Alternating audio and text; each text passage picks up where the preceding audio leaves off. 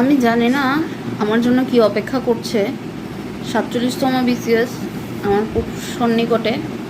জুনেই আমার 47তম বিসিএস। আমার জন্য কি অপেক্ষা করছে আমি জানি না, কিন্তু আমি এখন খুবই কঠিন সময়ের মধ্য দিয়ে যাচ্ছি। খুবই কঠিন সময়ের মধ্য দিয়ে যাচ্ছি। আমাকে খুব অনেক বেশি প্রেশারের মধ্য দিয়ে আমাকে যেতে হচ্ছে।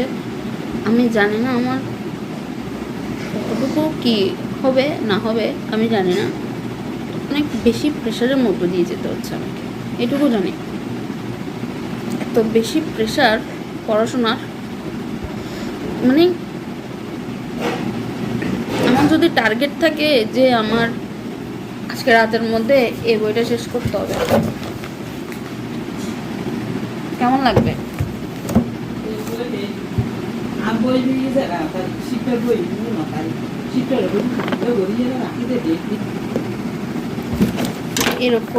এরকম একটা বই যদি একটা মানুষকে যদি একদিনে বা 2 দিনে শেষ করতে হয়, জীবনটা কোন পর্যায়ে যায়, কোন পর্যায়ে যেতে পারে, ওইটা হচ্ছে দেখার বিষয়। আসলে ওই রকম প্রেশার যাচ্ছে আমার উপর।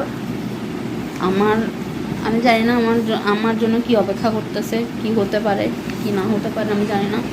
শুধু এটুকু জানি যে আমার নিজেকে ভালো রাখতে হবে, মাথা ঠান্ডা রেখে সব কিছু করতে হবে, এটা জানি।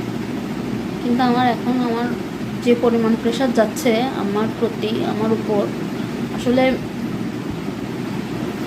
মানে অতিরিক্ত লেভেলের প্রেশার যাচ্ছে।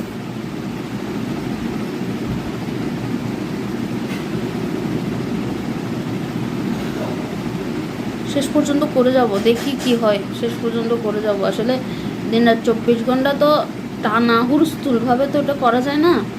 যতটুকু সম্ভব আমি চেষ্টা করতেছি, দেখি কি হয়।